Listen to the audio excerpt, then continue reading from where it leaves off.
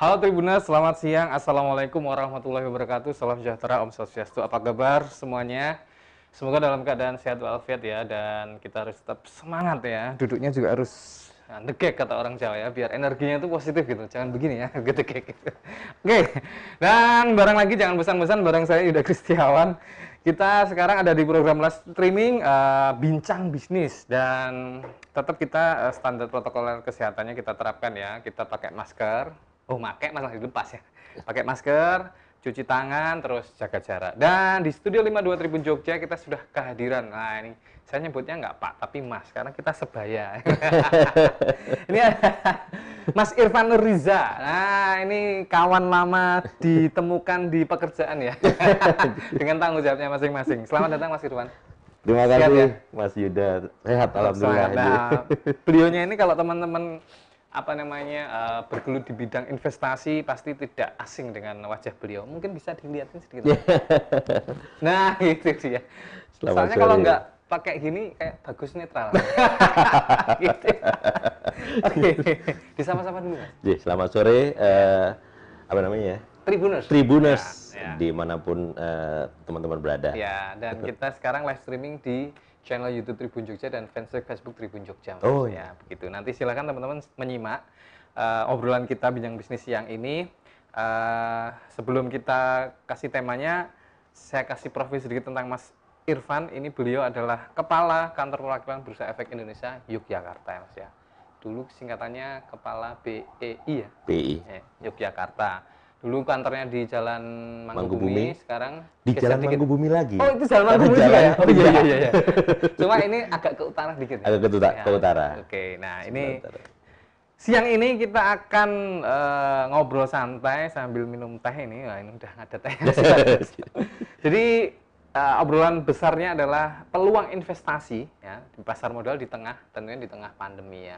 Banyak teman-teman yang pasti ada yang punya modal bingung mau ngapain, ada yang tidak punya tambah bingung gitu ya, ada yang punya setengah juga bingung gitu kan, karena semua lini ini serba orang kemudian kayak yang Mas, kebutuhan primer dulu deh gitu ya, akhirnya tidak ada bayangan untuk investasi apa nih gitu. Iya. Nah akhirnya ya sudah mereka mencoba survive dengan sekuat tenaga gitu, tapi ini ada peluang pasar modal di tengah pandemi. Nah, ini ahlinya sudah ada Mas Irfan. Nah, kita akan kupas ini siang ini, Mas. Apa yang dikhawatirkan ini para sebenarnya jiwa-jiwa muda di Jogja ini kan juga kalau kita lihat iklim investasinya kan tinggi sekali. Kita bicara salah satu aja kayak coffee shop. Di tengah pandemi, saya itu udah ada 4 kawan yang buka coffee shop. Artinya ini kan peluang investasi ya. Yeah.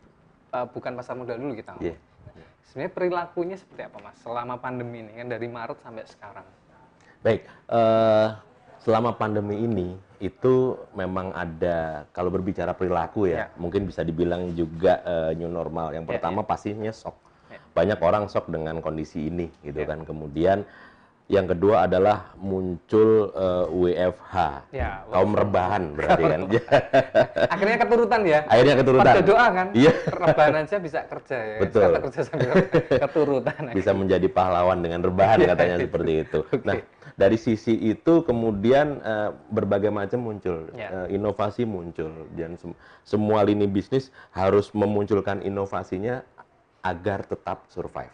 Artinya mereka harus melihat peluang ini. Salah satu coffee shop tadi contohnya, bahwa dengan mungkin protokol kesehatan tentunya ya mereka akan bisa membuat satu coffee shop yang dibutuhkan oleh itu tadi kaum rebahan itu untuk berinteraksi yang pasti dengan hotspot tentunya sehingga karena WFH mereka tidak bisa berinteraksi langsung dengan banyak orang, mereka membutuhkan sambungan-sambungan itu, dan di Jogja kelihatannya belum banyak yang tempat-tempat yang seperti itu. Akhirnya itu menjamur dan itu suatu peluang bisnis kalau menurut saya. Bagus juga dilakukan oleh masyarakat khususnya yang melihat milenial yang luar biasa. Oke, nah kita geser langsung ke peluang yang investasi ya di pasar modal. Artinya memang beberapa kawan juga itu update status udah main apa nih investasi online gitu ya. Bentuknya macam-macam ya karena banyak sekali sekarang. Termasuk yang apa namanya koin ya. Untuk koin bit-bit yang lain itu ya, Bitcoin dan sebagainya itu juga. Nah, ini kalau di ranahnya Mas Irfan sendiri boleh dikasih tahu ke Tribuners kira-kira peluang apa yang bisa ditekuni lah ya selama pandemi ini. Kalau oke saya tak ikut. Baik Mas Yuda, Bit dan koin tadi bukan di ranahnya Bursa Efek Indonesia, bukan di ranahnya pasar modal, mereka di ranahnya cryptocurrency ya, di valuta, kemudian di bursa berjangka. Kalau berbicara pasar modal, kita lihat bahwa memang menjelang pandemi, apakah pasar modal itu terdampak? Iya, memang kita juga terdampak. Cuman untuk tingkat kebangkitannya lagi, alhamdulillah kami lebih cepat. Karena memang pandemi ini membuat orang itu semakin banyak masyarakat yang melek digital. Sementara kami kan memang dari awal udah digital. Dulu orang akan bertanya, pasar modal itu seperti apa? Saham itu seperti apa? Reksadana seperti apa? Seperti apa sih wujudnya obligasi umpamanya seperti banyak pertanyaan seperti itu. Tapi dengan adanya dengan adanya COVID ini membuat masyarakat tadinya banyak waktu akhirnya dan mereka bisa browsing, mereka bisa mencari informasi tentang pasar modal sehingga mereka bisa menikmati wahana investasi yang namanya pasar modal. Berbicara COVID, kita terdampak, iya. Tapi sebenarnya ekonomi semua terdampak kok. Ekonomi tidak hanya Indonesia yang terdampak dari kuartal 1.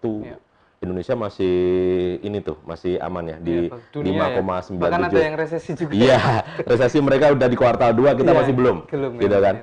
Nah, kuartal 1 kita masih aman di 5% Kemudian kuartal 2 ini kita sudah mulai kuartal 1 kita sudah turun memang 2,97%. Kuartal 2 kita terkena. Jadi kita terdampak cukup dalam minus 5,97%. Tapi kita nggak sendiri. Hampir semua negara-negara di dunia ini terkena mengalami dampak tersebut. Malaysia sudah duluan mereka turun. Kemudian Singapura sudah minus 2,2 sudah duluan juga. Nah, di kuartal ketiga itu prediksinya Indonesia kan ekonominya di antara 0 sampai minus 2. Ternyata kita di minus 3,49% kalau nggak salah. Nah, artinya kita bisa lihat tuh dari 2,97% turun ke minus 5, terus naik lagi ke minus 3. Artinya kita sudah rebound. Sebenarnya dari sisi itu kita sudah rebound. Nah, pemerintah pastinya tidak akan tinggal diam. Pemerintah menggelontorkan dan berdaya upaya untuk pemulihan ekonomi. Maka ada istilahnya pemulihan ekonomi nasional. Pemerintah mempunyai anggaran yang digelontorkan untuk program-program banyak ya. Program-program banyak sekali. Betul, sampai Agustus itu sudah terrealisasi sekitar 182,55 triliun. Dan data terakhir itu di bulan November, 4 November kemarin itu sudah terrealisasi sekitar 51,9%. Jadi artinya dari total jumlah itu, dari sekitar 300-an itu sudah mulai terdistribusi. Nah, harapan kami itu ekonomi akan segera pulih. Kemudian ada satu lagi kabar gembira, vaksin ternyata lebih cepat datangnya, yang diprediksi awal tahun depan. Kemarin diprediksi di akhir November, walaupun ternyata mundur. Nanti ada sekitar 217,3 juta vaksin yang masuk ke Indonesia, sehingga harapan kami masyarakat itu akan sehat. Sehat